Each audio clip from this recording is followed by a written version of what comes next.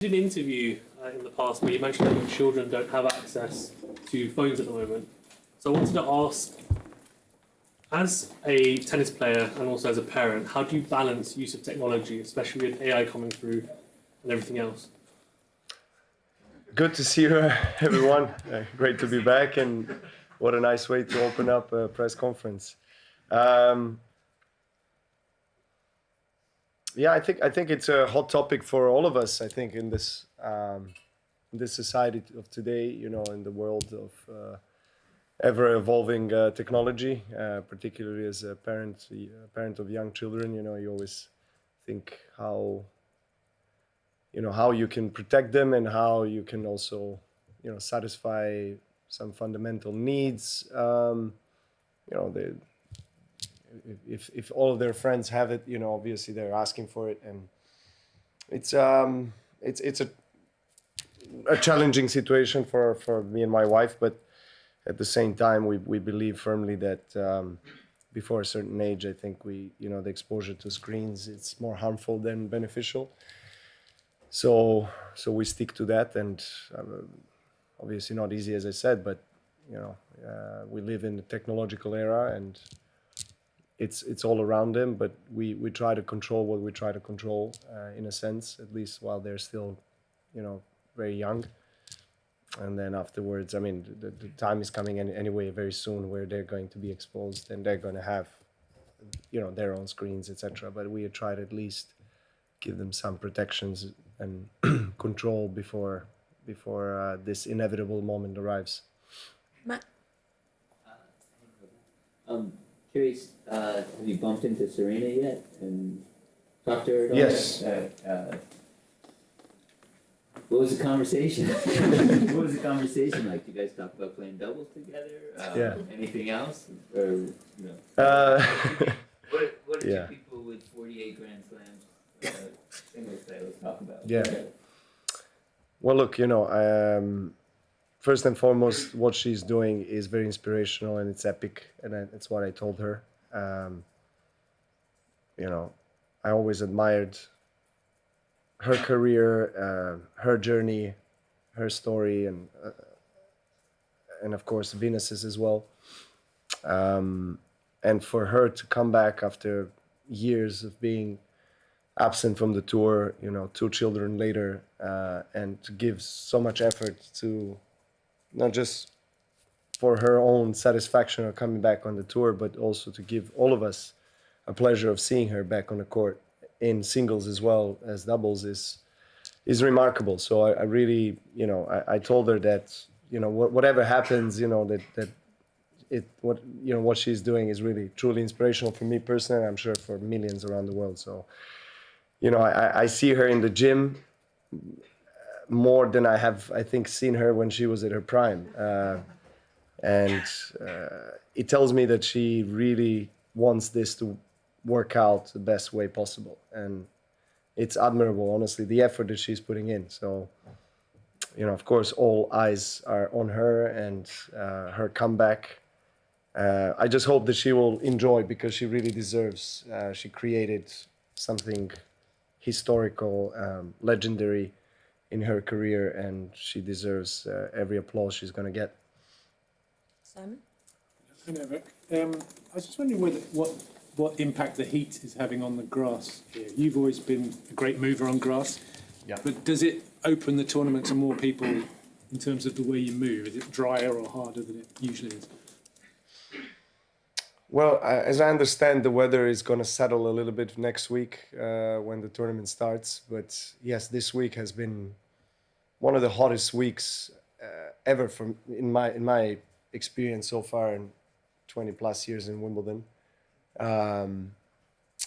Yes, it does have an effect because it's a live surface. It's a live material. So, any change in the temperature or weather conditions is affecting the way the grass responds to that.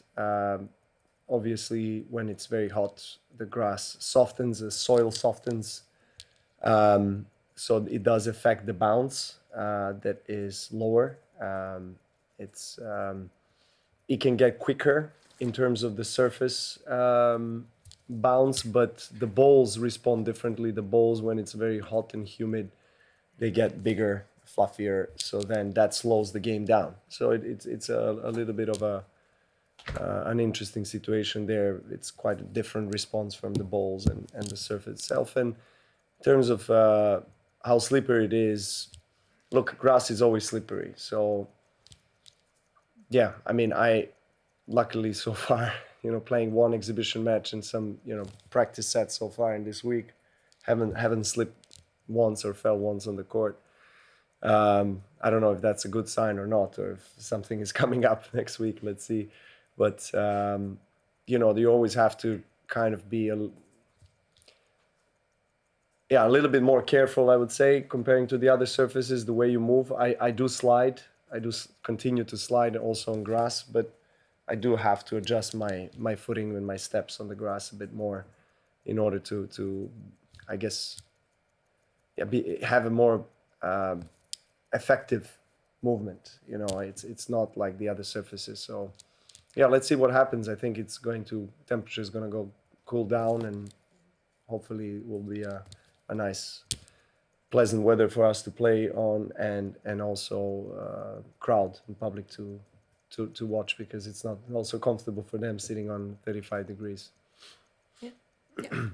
Hi Novak, I was just wondering how concerned you are that people trying to watch the World Cup games on their phone is going to cause distractions for people playing matches. I think I had that experience before here in Wimbledon a few times with European cups and World Cups in the past, where particularly interesting matches that I played, like scheduled last on the center court, and England would be playing. That would be interesting to experience for me on the court. It would be loud. It would be, you could sense that there's a buzz going on, and people are kind of simultaneously looking at your match and also following their national team. But it's normal. It's the football fever right now, and this 4 to 6 weeks, and we're also part of it. I like football. I follow everything that is going on, and obviously nicer when you're by the TV than when you're playing, and not everyone is focused on your match, but that's okay. That's what it is. Simon? And Novak, we understand you're not part of the Larry Scott thing that's going on again here with the media boycott, but I just wondered whether you had any views on it, since it seems to be rumbling on and probably going on for a bit longer. Yeah, I have no views on that, to be honest. I'm not part of it, so I'll stay neutral on that. Cedric? Hey Novak, in terms of preparation, how did you manage these latest 4 weeks?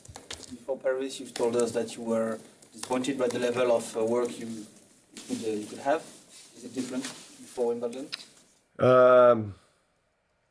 Yes, I think it is different in terms of just the overall physical state. I think I'm better prepared here than I was for Roland Garros. And obviously playing on grass, comparing to clay, you don't need to exert as much physical effort. So that's better for me.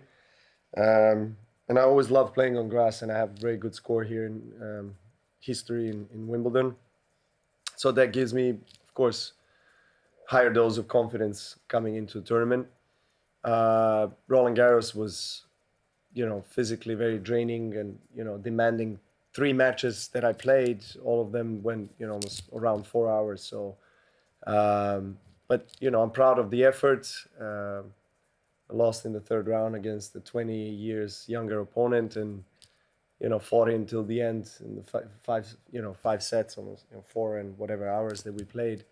So, yeah, of course, maybe not the result I was looking for, but the effort was there, and, I was anyway, planning to peak at Wimbledon. It's kind of after the injury and that of the shoulder that kind of kept me away from the tour for several months. I knew that, also not having many at all matches, official matches on the tour, and going pretty much straight into Roland Garros is going to be quite difficult, and maybe too big of a challenge for me at the moment, and that's what happened. But I knew that it's going to give me a bit more time to get myself prepared for Wimbledon. So hopefully I'll have a good tournament here. Last question in English. And Novak, just on Venus and Serena again, just wondered if you can just summarise, particularly here at Wimbledon, if you're able to, their legacy, how they've kind of changed the sport, and particularly this tournament, what they've done. Well, what else I can add that I haven't said in the previous question? I mean, we have seen also Will Smith's Oscar Award, King Richard performance, and people got to know a little bit more that don't maybe necessarily follow tennis about William's sister's story, and we kind of from the tennis knew that from before. I mean, it's truly inspiring. The way they were brought up, the way they grew up in a very challenging environment that was not necessarily very supportive of their tennis, but they've grown up to be very resilient people, and the sisters stayed together, supported each other, and obviously Venus being a bit older made a breakthrough on the tour earlier than Serena, and I just don't know how they managed to play versus each other in the finals of Grand Slams or any other tournament. Like, I have two younger brothers that play tennis, played professional, obviously not at the highest level, but there was one or two times that I could have played one of my brothers in singles, and luckily for both of us, we that didn't happen, and I just don't know how you're able to play your sibling on the court. I don't know if I would be able to do that. So that's also another aspect to it of their greatness is how professional and competitive they were against each other, but loving and supporting of each other as well. So just their singles careers, doubles careers, Olympic Games. I mean, they won gold, singles, doubles. They won everything that you can possibly win in this sport, and they transcended tennis as well. They went into different areas of life with business, fashion, and just the impact on the youth in America and worldwide has been tremendous. So big fan of both of them.